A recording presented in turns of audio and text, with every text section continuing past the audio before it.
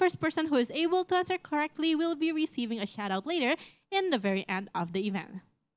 So now, in order to start our event for today, I would like to introduce you to our moderator for today. She is our Education USA advisor.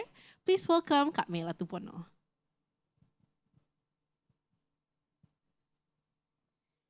Thank you so much, Andrea, and good evening, everyone. It's me again, May. Nice to meet you. I'm one of the Education USA advisor here at America with my partner, Caroline, and we're really glad to see you today here online or in person.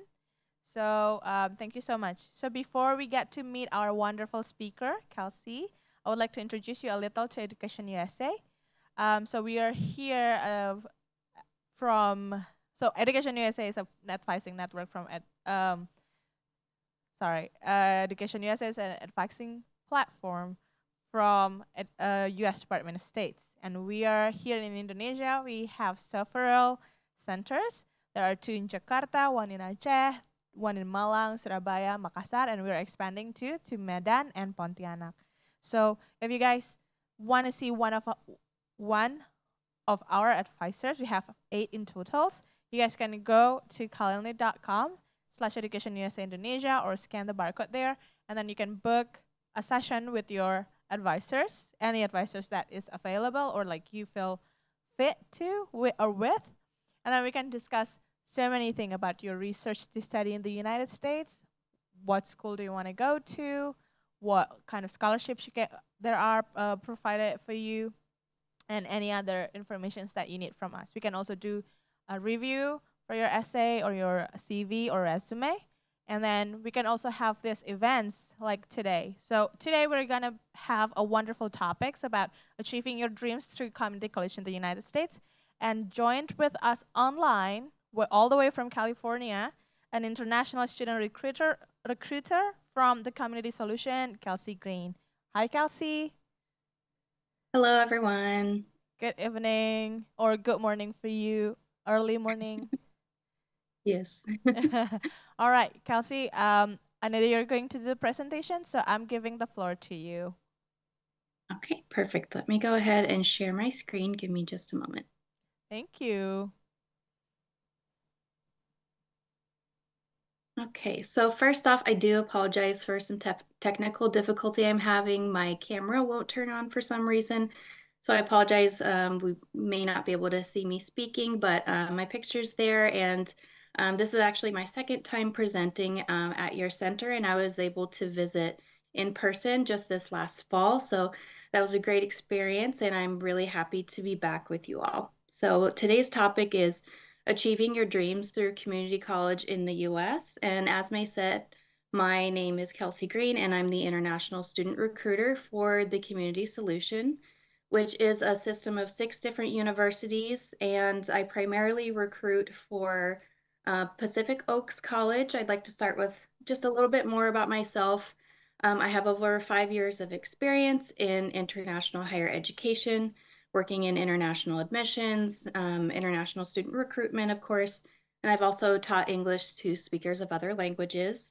I do have a bachelor's and a master's degree from Murray State University, which is located in Kentucky.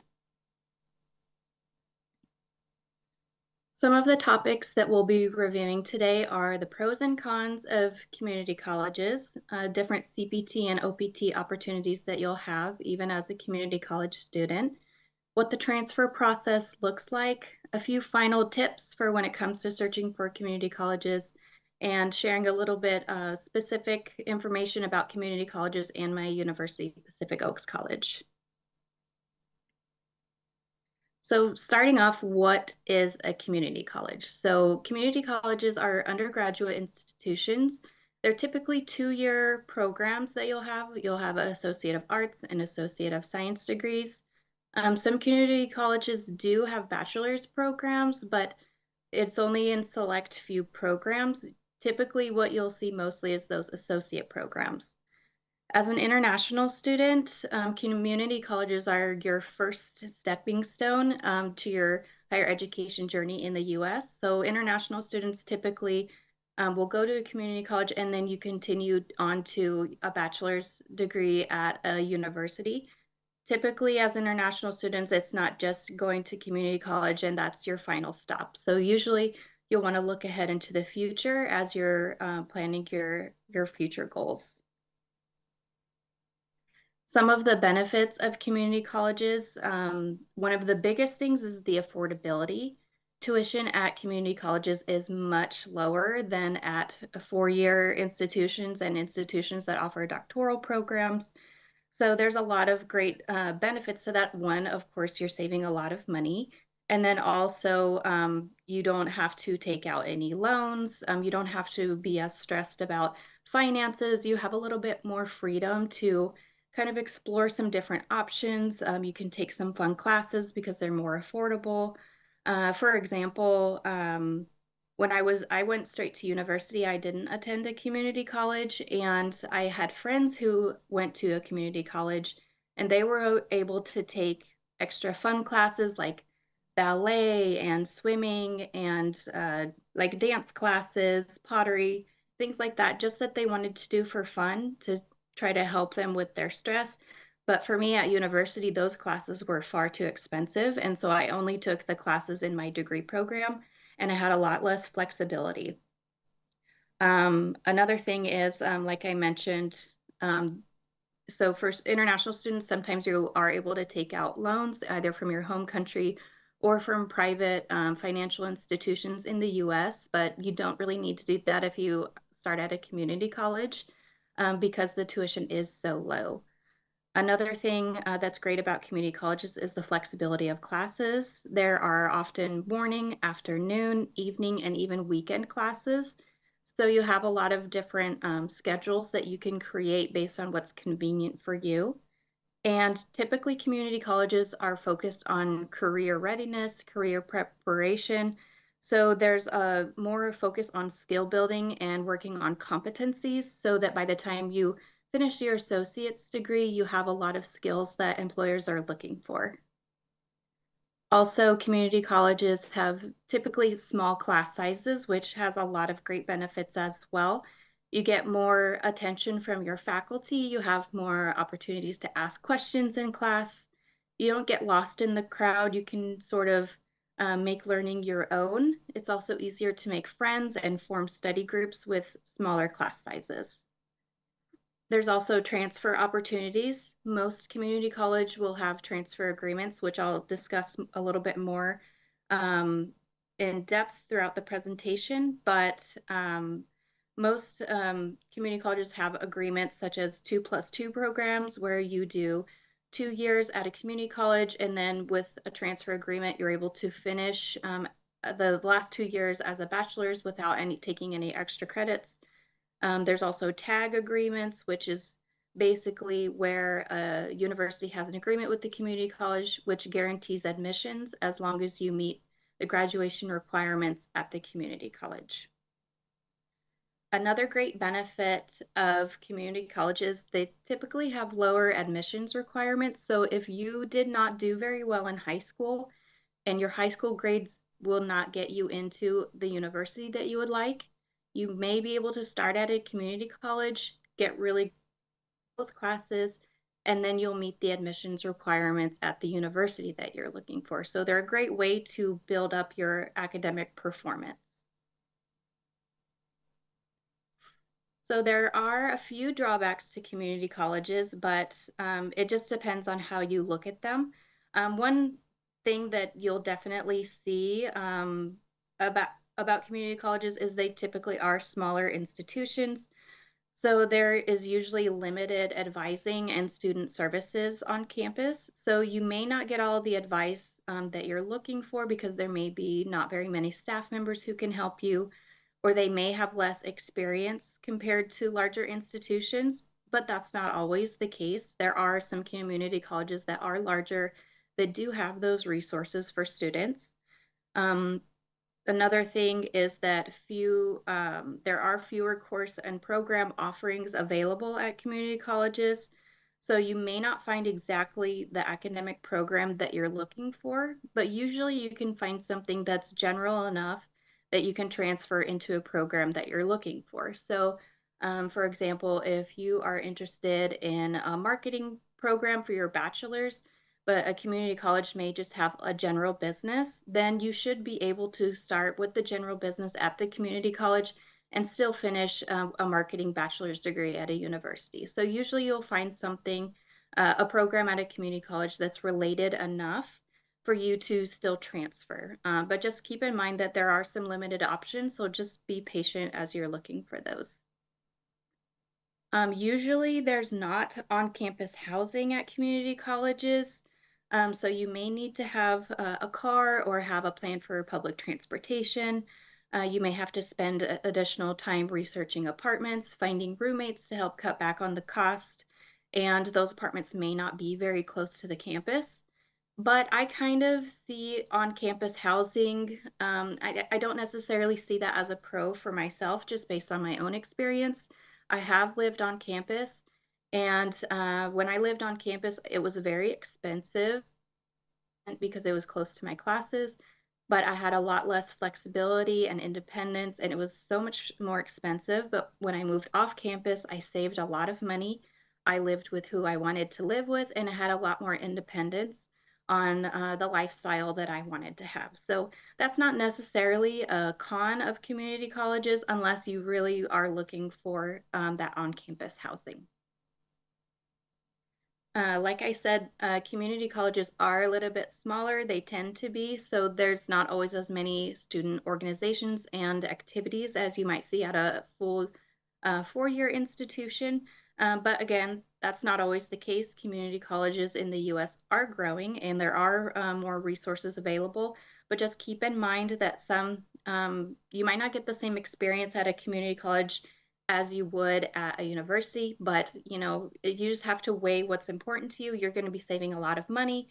So is having a robust student life really that important to you, or are you fine to wait 2 years until you get to university to experience that?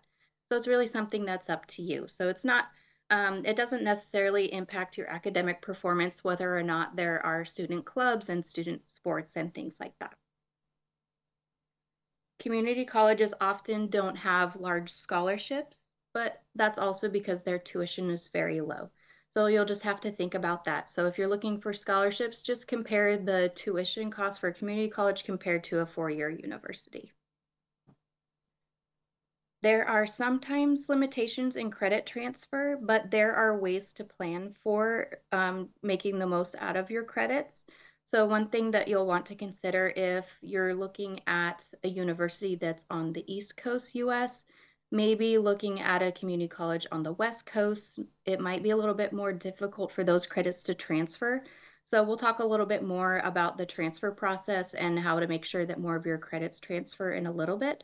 But just keep in mind that not all of your credits may transfer. So that means that you may have a 2-year associate's degree, but when you want to transfer to a university, they may say, oh, not all of your credits will transfer. So we do need you to take a few additional classes to get your bachelor's degree. So it just depends. There's a lot of factors that will affect that, but we'll discuss that a little bit later. So I'm not sure if you all have heard of CPT and OPT. So I will first just go in a little bit to discuss what these are. So curricular practical training is training it's basically working off campus, but it's approved by your institution and by your academic advisor as well as your international advisor. And what it is, it's training that's directly related to the program that you're studying, and it has to be a degree requirement. So if your degree requires that you do an internship, then your academic program can approve that you work off campus as well as your international advisor. That way you're able to work off campus and get that experience. Typically, international students are limited to working only on campus. The exception is when they are doing CPT or OPT. Now, OPT is optional practical training, and that's also training that's directly related to your major, but usually you do this after you've already graduated. You can start it a little bit before, but you'll need to work with your international advisor. Whatever job you find for your OPT does not have to be approved by your academic advisor, just by your international advisor. And the work authorization for your OPT is it lasts for 12 months. Now, typically, if you're studying in a STEM program, so science, technology, engineering, or math, that does sometimes come with an extension. So usually students who study in a STEM program, they can get a 2-year extension, a 24-month extension after they finish the first 12 months. Unfortunately, that's not the case for associate's degrees, but after you finish your bachelor's degree in a STEM program, you can do that extension. So the benefits of CPT and OPT are that you're building your resume and your experience in the US. So a US employer, if you only have experience back home in Indonesia, they may see it a little bit differently. They're not as familiar with your experience and how it would translate to the US. So US employers might want to see that you have experience in the US doing some sort of internship or having worked for a year in the US. It can also be beneficial for your university admissions because often you'll have to submit a resume or a CV as well as a personal statement. And having those experiences make your personal statement and your resumes much more robust. And it gives you a more strong application when you're applying for university. Typically, the more experience that you have, the better. And with OPT, you're able to do OPT after each degree level. So if you do your associates at a community college, you can have an OPT. Now, if you go to a university and you do your bachelor's, you have to wait the 4 years before you can do your first OPT. So if you do community college, you can do an OPT after your associates. You can do one after your bachelor's, after a master's, and after a doctoral program. So that's 4 opportunities for OPT. But if you skip the associates and you go straight into a university bachelor's program, that's only 3 opportunities for OPT. And like I mentioned, there is no STEM extension for associate's degrees, but just so you have that information for the future. So when it comes to the transfer process, now we'll get into a little bit more details about that. So like I said, not all of your courses will transfer. There are a couple of things that will affect that. So if you take any classes that are considered technical or they're outside of the core curriculum for your degree program, those may not transfer because they're not considered academic. For example, if you take some cosmetology courses or some automotive courses, those are non-academic, so they won't transfer into a degree program for the bachelor's level typically. And also, if you did not receive top grades for all of those classes that you have taken, even if they're in the core curriculum, they may not be accepted. Typically, universities would want to see you having a C+ or a B at least in those courses in order for them to transfer. Otherwise, if you have lower grades than that, they may want you to retake that same class at the university, which means that you'll be spending more money. So just make sure that when you are doing those community college classes and you're looking at universities, you want to see what their academic requirements are for the classes that will transfer. That way you make sure that your transcript has all the grades that you need when you're ready to transfer. So when a university and a community college have those tag agreements or those articulation agreements, it's basically an agreement between the 2 institutions, more or less guaranteeing that a large number of your credits will transfer. And sometimes there's also guaranteed admissions if you meet certain GPA requirements and if you finish certain degree programs at the community college. So that's something that you'll want to look into. And then also, when it comes to transferring credits, there are some universities that have something called credit by experience. For example, Pacific Oaks College, the institution that I work for, sometimes not all of your academic credits will transfer from a community college, but if you've done CPT and OPT, sometimes we'll consider that experience in exchange for taking classes. So that's something that you'll want to look into as well. So just make sure you're taking advantage of the CPT and the OPT. That way you can see if there is a credit by experience, then you can apply for that. These are just a few examples of transfer agreements. I've used my institution just as an example. As you can see, there's a large number of community colleges in our area that we have agreements with, but there are even more community colleges that we don't have agreements with. So that's something that whenever you're looking for a university or even at community colleges, you can ask them about what kind of partnerships they have, and it opens up kind of more of a streamlined path for you when it comes to following the degree program that you're looking for. So a few final tips are to research community colleges' websites. They should have all of this information that I've listed. They should have information about their international student services. If you don't see that, they may not admit international students. So that's something that you'll want to find out because not every institution is approved to admit international students. So you'll want to find out first if they do admit international students, and secondly, do they have a lot of experience working with international students? Do they know about CPT and OPT? Are they able to help you with those things? So those are things that will be very important for you as an international student. You'll also want to make sure that the community college is accredited. Typically, if they do admit international students, they are accredited, but you'll also want to look at the accreditation for the university that you plan to transfer, because if they have matching accreditations, then there's a greater likelihood of credit transfer. You'll also want to look at the location where the community college is located. So this has to do with preferences also. So do they have the type of weather that you like? Are they diverse? Are they in diverse communities? Are they in large communities, small communities, big cities? So things like that will kind of play into your preferences, because if you like big cities and you enroll at a rural like small town community college, you may not have the things that you're looking for in terms of things to do outside of the classroom. So that just that does affect your overall academic performance, just because you feel more engaged with the community when you have the community that you're looking for. You'll also want to see if you can get in contact with their admissions or their international office.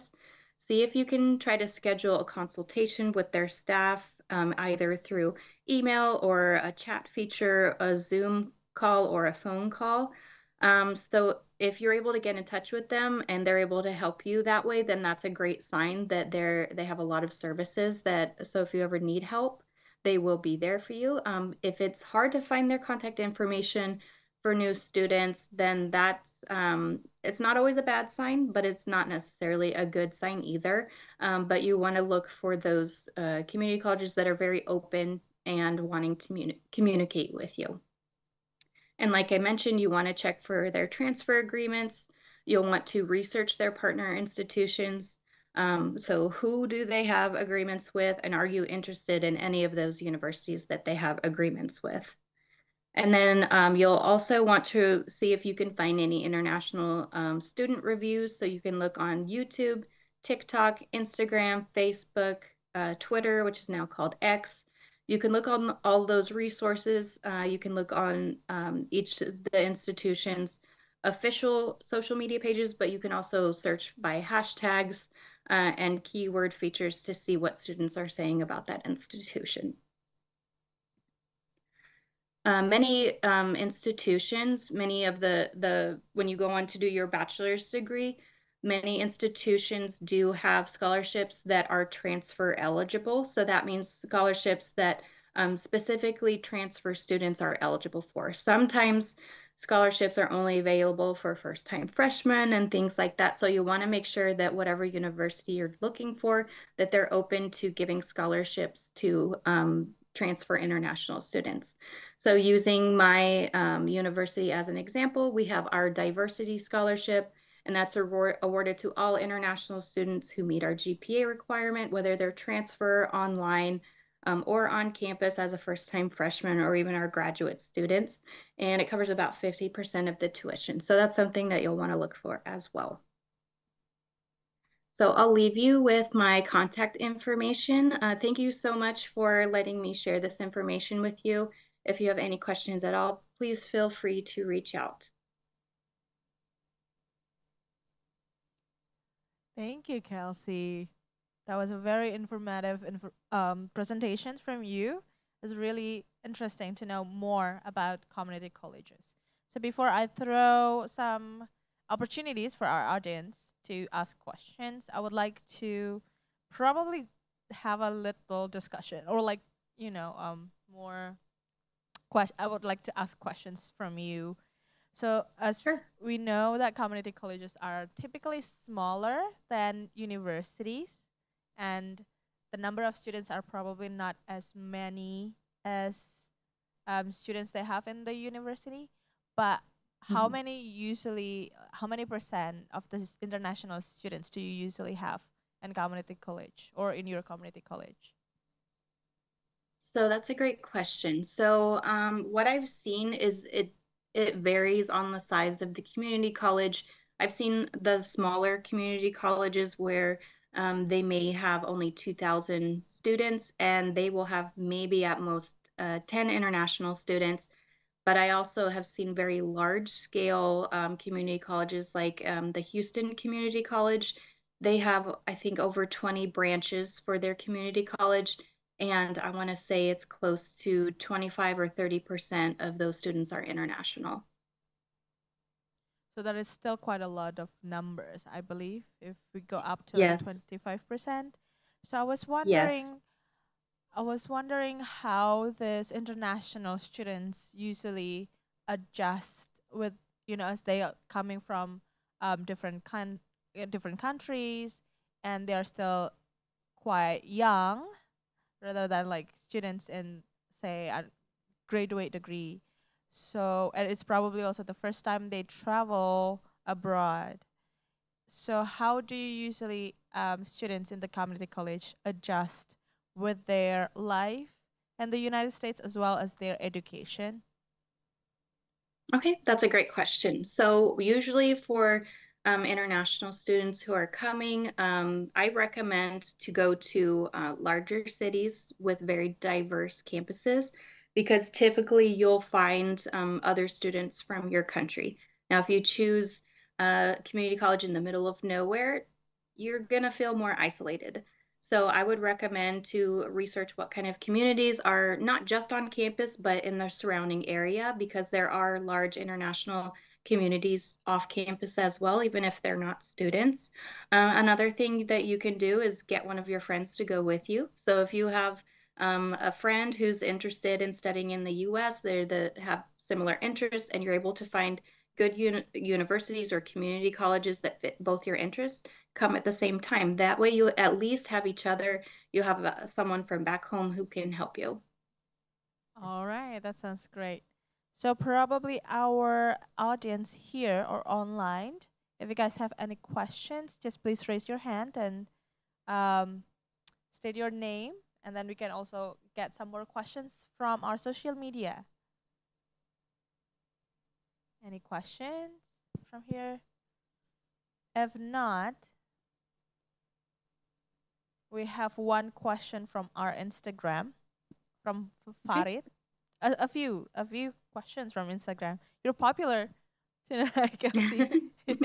So That's good. you already said more about some scholarships, right? Like some community college offer scholarship, but um, are those scholarship many of the scholarship accessible for international students?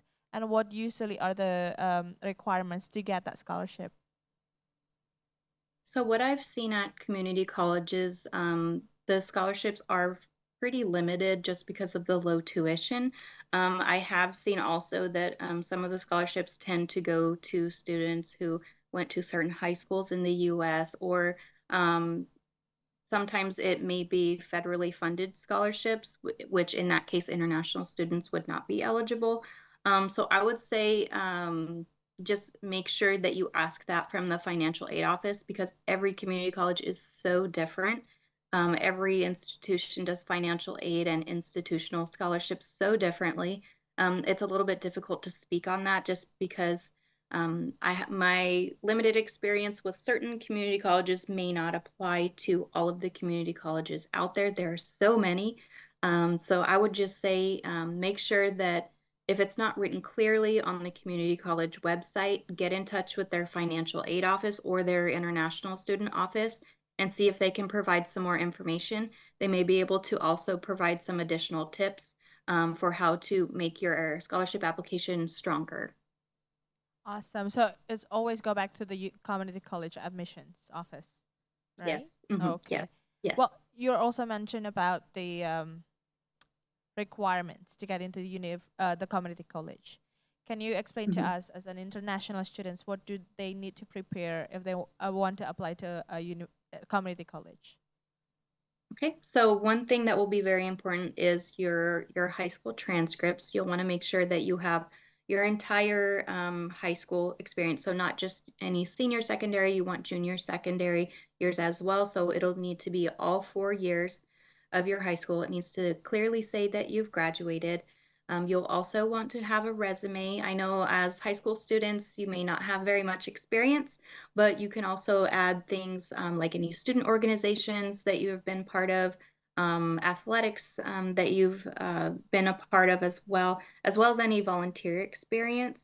You can add all of those on a resume. You'll want to make sure that you have, if it's required, you want to make sure you have a well-written essay that answers all of the questions that the community college is looking for, and have a few other people read it to make sure that you've answered the questions and that it's free of grammar errors and spelling errors and things like that. With community college, they typically don't request for very many documents, but another important thing would be to have a proof of English proficiency. But also, many community colleges do have English language programs. So if you feel that your English needs some work, you can apply for their ESL program as well. Which is quite easier than if you apply to university right away.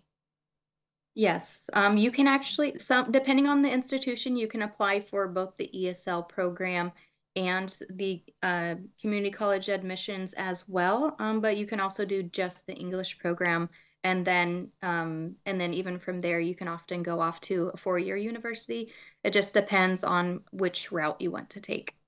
Awesome. Okay, we have a few more questions from Instagram. There is one from Raina. So how does the application process for international students differ from domestic students at a community college? So what's the difference between international students and students coming from the United States or other countries that is probably speaking English? That's a great question. So, yeah, one of the big differences for the admissions process is that that English requirement, but a lot of institutions will, many institutions will accept that if your high school was taught in English, even if it's in a non-English speaking country, they will accept that as the English score. But US citizens, they also are required to do their financial aid application, which is not something that's available to international students. And international students also have a separate process of doing the I-20 process, which is after you've gained your university admissions, you submit proof of funding for 9 to 12 months, depending on their requirements. And that includes the cost of tuition for that time period, what the housing will be, mandatory health insurance, books and supplies, basically the cost of attendance for that 9 to 12 months. You have to submit bank statements indicating that you have those funds up front. You also need to submit an unexpired copy of your passport, and occasionally you'll need to fill in a student information form. And then you're issued a form called an I-20, which is what you use to apply for the student visa.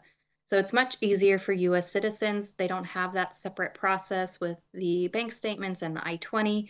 It's a much more straightforward process for them. But for international students, you do have that extra step of applying for the visa.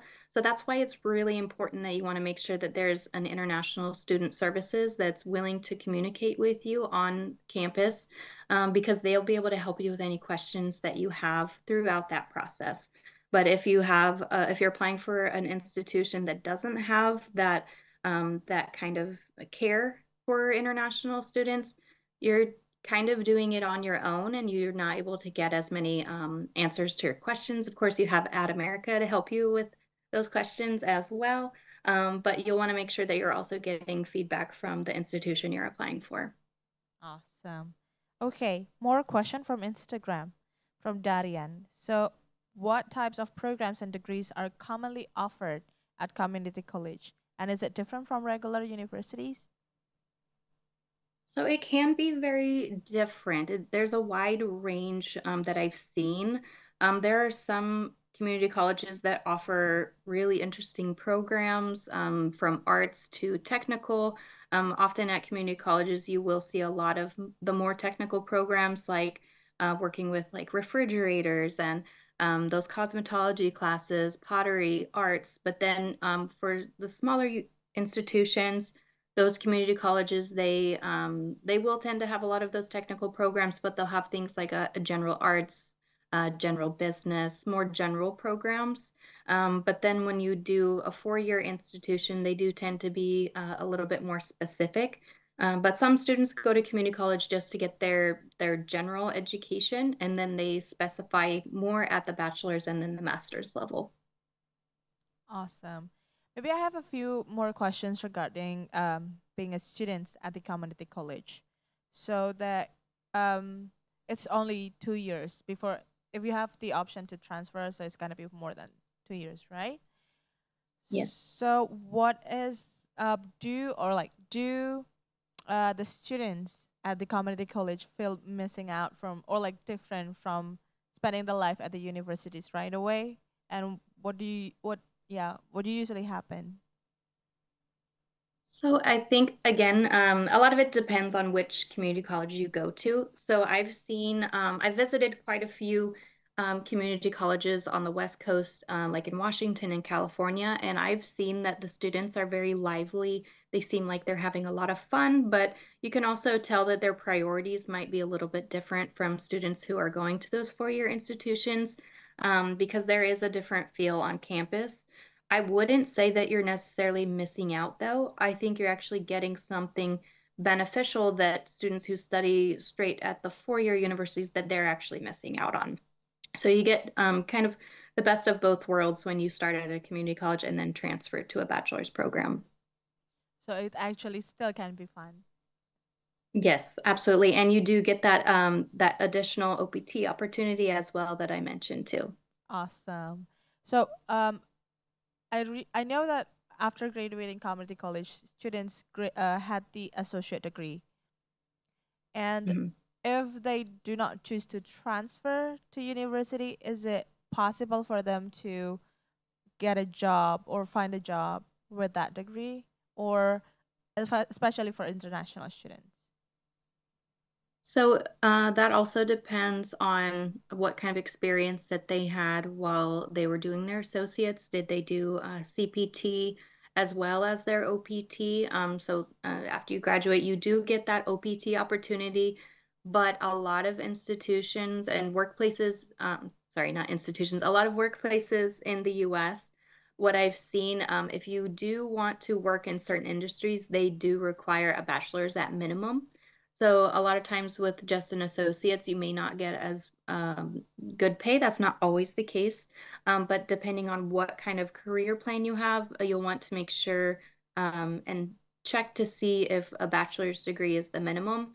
I've also seen that many workplaces are starting to require master's degrees for certain positions as well. So that's something that it really depends on what you're studying and what kind of goals you have, and also if you're able to find an employer who's able to sponsor a work visa beyond the OPT. Okay, great.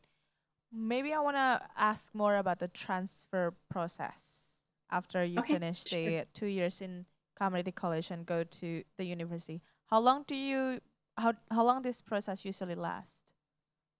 to So prepare it's transfer? right.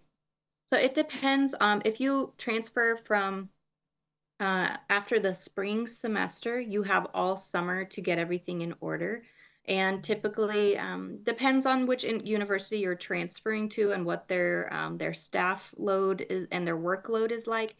For my institutions, it can be a pretty quick process because you don't need to submit English scores and things like that. You already have the visa. So it can take anywhere between a couple of weeks to hopefully not more than a couple of weeks, but it's pretty quick. Just be mindful that if you are transferring at the end of the fall semester, so in December, you have a much limited time frame. So you'll want to start the transfer process a few months before the end of the December semester, just because you'll have classes in December and in January. But if you're transferring after the spring semester, your classes will end in May, and your classes usually won't start again until August. So you'll have a little bit more time. So just keep in mind that you'll have a smaller time frame if you're transferring in the fall semester. Okay, so yeah, it has to be really mindful about that too. But Yes. will the students get help from the community college to do all this process?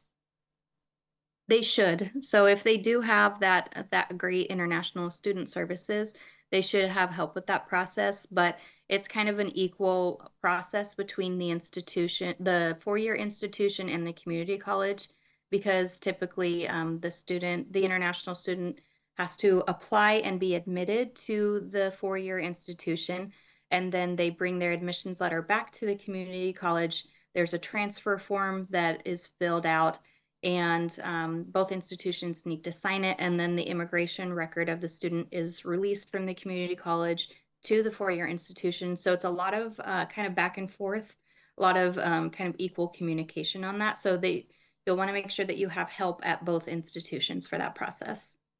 Okay, so how early can the students fill that form or like start thinking to, oh, I want to study this in this university or transfer? How early could they do that? It depends on the university. They have different policies for when they can accept students. So for some institutions, they may want the student to have all of their final grades out. But then you'll also have some universities that are like, okay, we're fine with what you have so far. We don't need to see your final grades until after you've already transferred. So it kind of depends on those policies. Some institutions are a little bit more strict, but then there are some who are a little bit more lenient. And also some community colleges are on quarter systems. So instead of having two long semesters, you'll have shorter periods of classes. So you'll have 8 weeks of classes, then you switch to 8 weeks more of classes. So within each one semester, you'll have two quarters. So if you're transferring, let's say in the end of the spring semester, but you only have your first quarter grades for spring, some institutions will accept you based on what you have up until the first quarter of spring. Some institutions might want to see quarter 1 and 2 for the spring semester. I don't know if that made any sense. It makes more sense in my head before Yes. it came out. No problem. But yeah, sounds great. So it depends on like the university or the college themselves. So like they have to probably contact the advisor, like academic advisors from the community Yes. college to help them out. Awesome. Yes, but I also recommend seeing if the student can do a consultation with the admissions at the four-year institution as well, because they'll be able to give more specific information about their specific policies. Okay, so they have to be more initiative, the students. Yes, Great. yes. Okay, we have one questions from Instagram as well. So, now that you are a community college student, and then you transfer to university or four-year institution. So, how does the university transcript would look like if you transfer? And how does the The university, oh, the the transcript? Okay. transcript, yes. Yes. Okay, so usually it will say that you'll have those credits transferred in, but because they were accepted by the four-year university, they're all considered the part of the university's classes now because they've approved them and they've accepted them. but it still will often say that you took these many classes at the community college and that you completed an associate's there. All right. Okay. You also mentioned about the as an international students, the community college will help with the I-20 and the documents for the get the visa. Yes. But Mhm. does that also the university also help the students to go through with the visa process? They usually do. It does vary by institution. Some institutions, they don't have as many staff members to help with that process. But for example, my institution, I talk with my students who are admitted all the way through the I-20 process.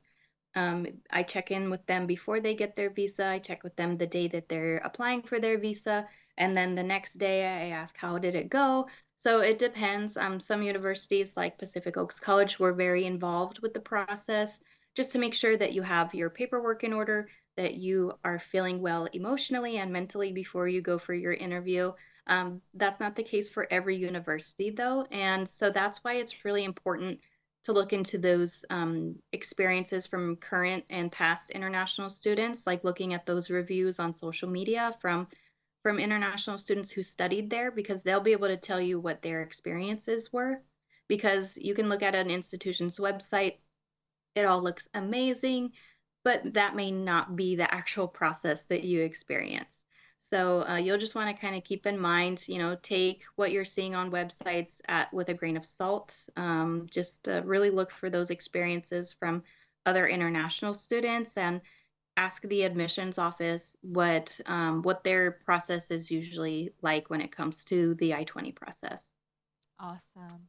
Okay, maybe we have questions from our audience on inside today. Yep, there is one. Okay. Hi, Kelsey. So my Hello. question is, oh, I'm Caroline, by the way. Very nice to see you again. Um, so my question is about the ESL program. So you mentioned that a student can go through a language program before they actually join the classes, right? And how long does it Yes. usually take for a student to complete the program until they join the class? So that's a great question, and it depends on what the student's level is when they enter. Usually there's some sort of placement exam, either an institution-based English exam, or they will use like a mock IELTS or TOEFL exam and use that as a placement test to see what the student's current level of English is. So you might have some students who are starting from level 1 and they have to go through 6 levels. Or you might have a student who they test into level 5, so they only have to do levels 5 and 6.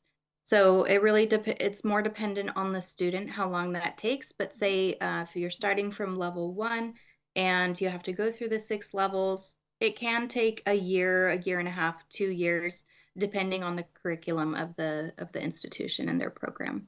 Okay, thank you. Of course. Thank you. All right, maybe last question, I guess. Now, Kelsey, what if we have our prospective students right now who are still considering studying in a community college and still they're thinking also like, oh, maybe I should go to the university. So, what would you say to them? So I would say, just like I did in my presentation, I made a list of pros and cons about community colleges in general. And so I would do the same thing, make your own list of pros and cons, and then also make a list of what's most important to you.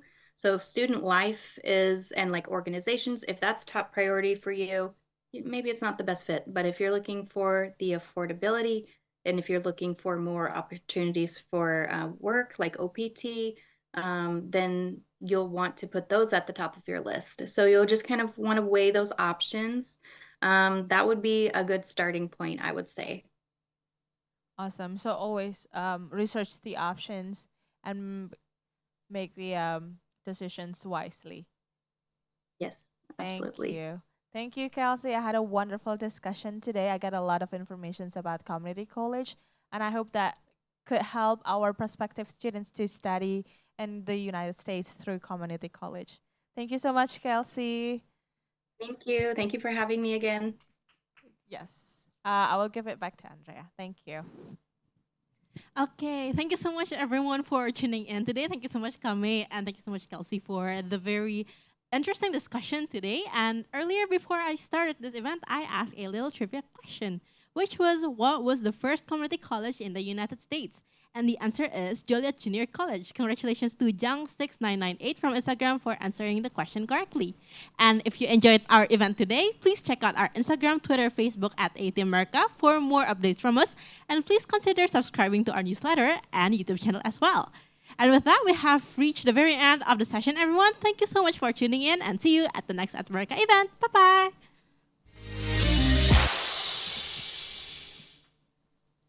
Kelsey, thank you so much. Thank you. It was great to be back. Yes. If Have a good night. you too.